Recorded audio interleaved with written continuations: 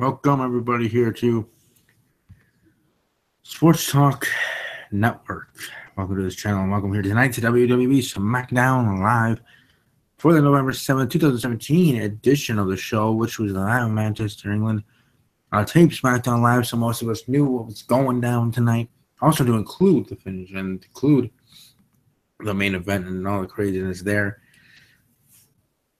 Let's see here if I can actually get to the live chat. Beyond that, certainly was an interesting show. Was a good show. A show that we already knew, like I said, knew it's going to go down because of the being taped. But we're going to reach segment, as I always do, for the shows you are watching live. Welcome to leave comments. Anything to talk about? Ask any questions if you have any as well. I'll just be interactive in this live chat. Hopefully the live chat is working. And hopefully I can freaking scroll down. There we go. Let your voice be heard in that way. I look forward to hearing people's thoughts on SmackDown Live tonight and the title change as well. But anyways, let's get to it, talking SmackDown Live. And starting off with Shane McMahon and the New Day kicking off the show. Shane introducing the New Day, being pivotal role on Monday Night Raw the night before, costing Rollins and Ambrose the Shield, the Raw take the titles. And it was a hashtag Under Siege Part 2, which is really interesting in its own right. But it made me think, will we have the New Day versus the Shield just in a simple match of Survivor Series? Or could we see the New Day and the Shield captaining their teams in a traditional Survivor Series tag team match? Traditional 5-on-5, 5 teams. And it's 5 teams, 10 bodies, 10 superstars in that match. It's going to be interesting if that was the case and them being there. Also, on Steve Wrestling Ramble, on Thursday, I will have a response to another wrestling podcast and their from me and their thoughts on my show and everything there. So definitely check that out when we get to Thursday night. But moving right along here for SmackDown Live, I don't know if that's going to be the case. Whether it would rather be just simply New Day versus Shield in a match, or New Day and Shield captaining teams for a traditional Survivor Series tag match like they did last year. Now, just because they did it last year doesn't absolutely mean they have to do it this year. But I shouldn't be intrigued and interested if that was the case in that sense. I mean, Roman Reigns is coming back and already promoted by WWE that he's coming back on Raw on the go-home show for Raw heading into Survivor Series. And as much as I was thinking that could mean that he's taking Jason Jordan's spot, taking his spot back, he's healthy and good to go, it could be there for the Shield as a team against the New Day specifically, lost the title, or they win the titles back, Seth Rollins and Dean Ambrose, and we have still a match. Well, that's something what I'm thinking with here. What also happened tonight with on the SmackDown side of Jinder Mahal losing the title, the WWE Championship. They both came with the titles back next week already when the go home shows, and we still have the matchup that were promoted for weeks and weeks and weeks on end. So I think that would be the best way to go. Or we have Jinder Mahal winning the title back and during the India tour, winning it on his home country soil. Yes, I know he's born or raised in Canada and all that stuff, but his nationality is descent. So it makes sense to have it that way. So either way, that could be the case, or the other way. Either way, I think Jinder's going to be getting the title back shortly before the Royal Rumble. And he'll be the champion heading into WrestleMania. Just not in the way I thought of him holding the title all the way to WrestleMania, technically dropping it here and then getting it back. But if that has to be the case, it has to be the case. Wasn't that the case also for Neville, who's now out of WWE, but long reign as a champion, then drops it out of nowhere on a Raw, but then wins it back at the next pay-per-view and continues his reign, and then finally drops it down to Enzo, put it 205 Live, the Cruiserweight division, and now Neville's out of the WWE and this and that. But that could be the case here with Jinder Mahal, minus the leaving the company part of it. But drop the title tonight. AJ Styles, credible champion, credible opponent, credible person to beat Jinder Mahal. Okay. Have that big pop, have that big moment, getting people watching. The fact that they did this on a tape show, I kind of miffed about that because it is spoil central, and people would already be spoiling it for those that tried not to watch or see or whatever the spoilers on Twitter or otherwise. And on the deep web, but it's kind of hard to miss something like that and as you try to hide away from it. The only way you can do that is not having any of your electronics on. But really, in 2017, you're gonna have something on. So just not being on Twitter or otherwise. But simply on the internet, it would be there for people to share and to care and to find out about. So why would WWE, just in the sense of just thinking about this, even before I go in deeper, but why would WWE be spoiling something massive, huge, big like that, and let alone having that match in a Cape show during their tour? Okay, it's fun to have title matches all the time at house shows. Title matches that barely change hands, except for AJ Styles. Wasn't he the last one that won a match on a house show? Even though this is a SmackDown Live show, technically, but just a glorified, bigger house show called SmackDown Live at a UK place, or in the United Kingdom, there, in Manchester, England. So it makes sense for that to happen. You still got eyeballs to SmackDown Live. People are not going to watch to see how we went or how the match went, this and that, the build up during the night, and if the interview with Renee Young, and nobody knows what's going to happen. So that makes things interesting. That's certainly say the least here. But it will be interesting as well to see how things are moving forward in that light, in that vein for sure. But hey, we'll see, right? Next, Kofi Kingston defeats Sami Zayn. Match there. Randy Orton defeats Rusev to deny Rusev a spot on Team SmackDown Live. Still one spot left. I'm hoping it goes Rusev, but we'll see, I guess, next week when who gets that spot.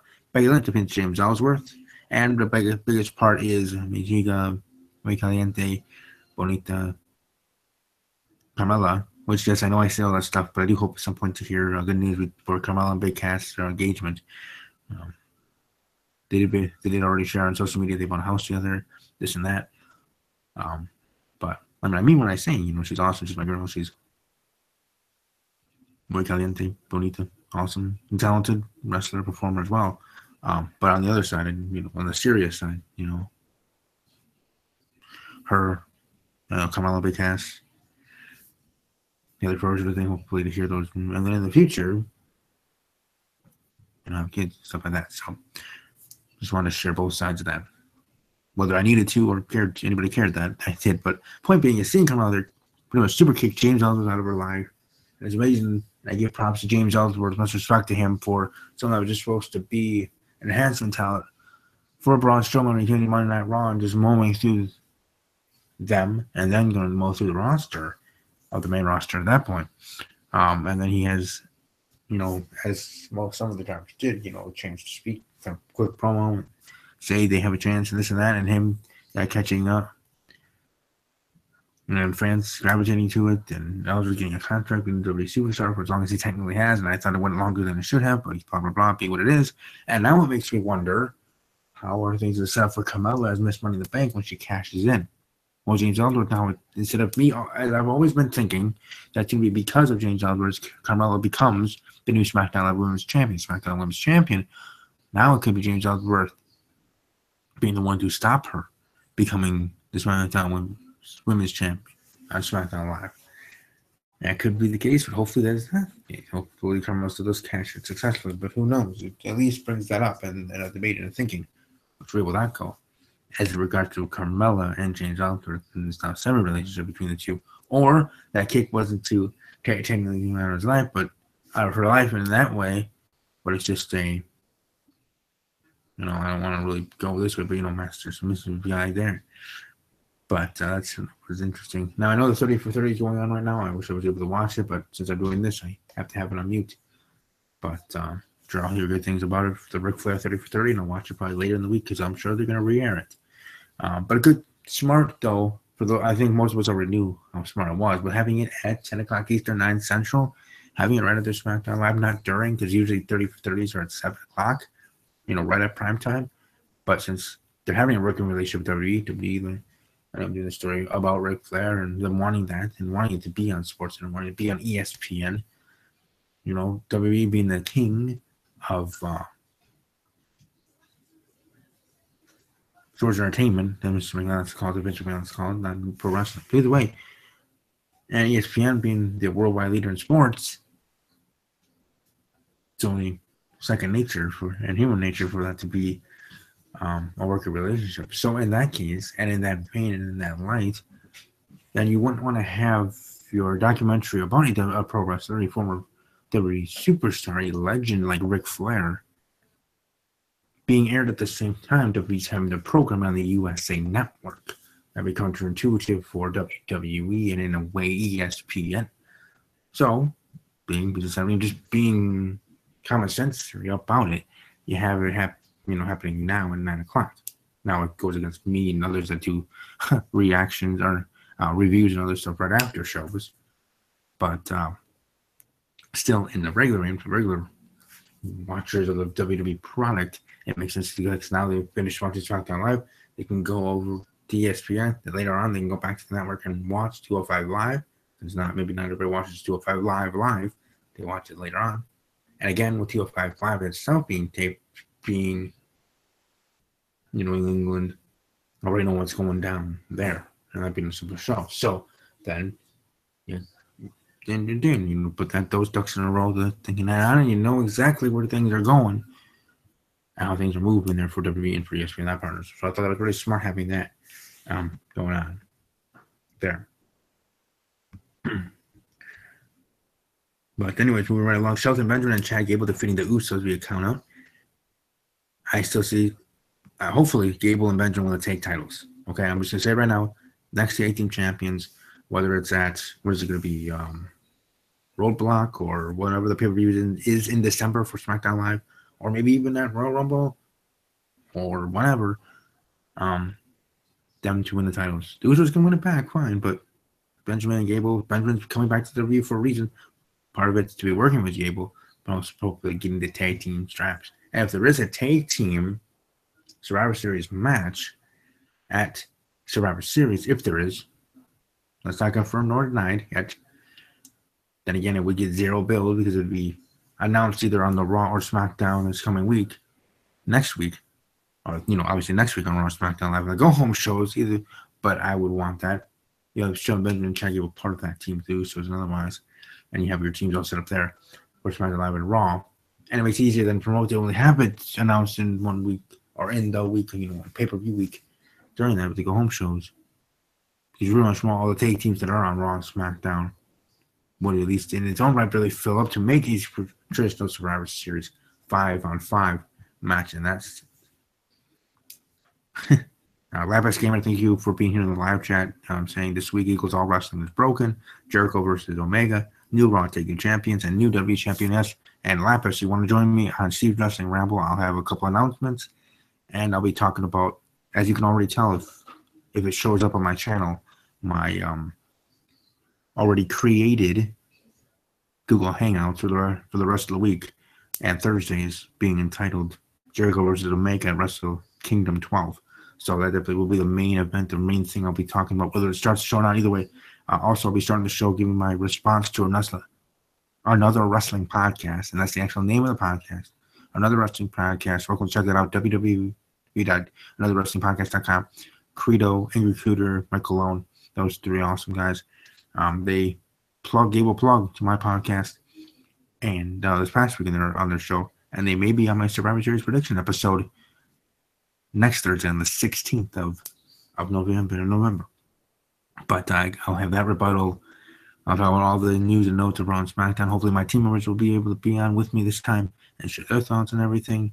And we'll go from there. And then the next week I will have a full house. I already have, as of right now, 10 total, with me, the host included, being the 10th one, which is a full house for Google Hangouts for the prediction episode. So definitely Lapis Gamer and others, Jay Thomas, Jamie, Renee, definitely want to check it out there for sure when we get to that point. But let's get to the main event, Jinder Mahal losing to AJ Styles for the title. Like I said, I'm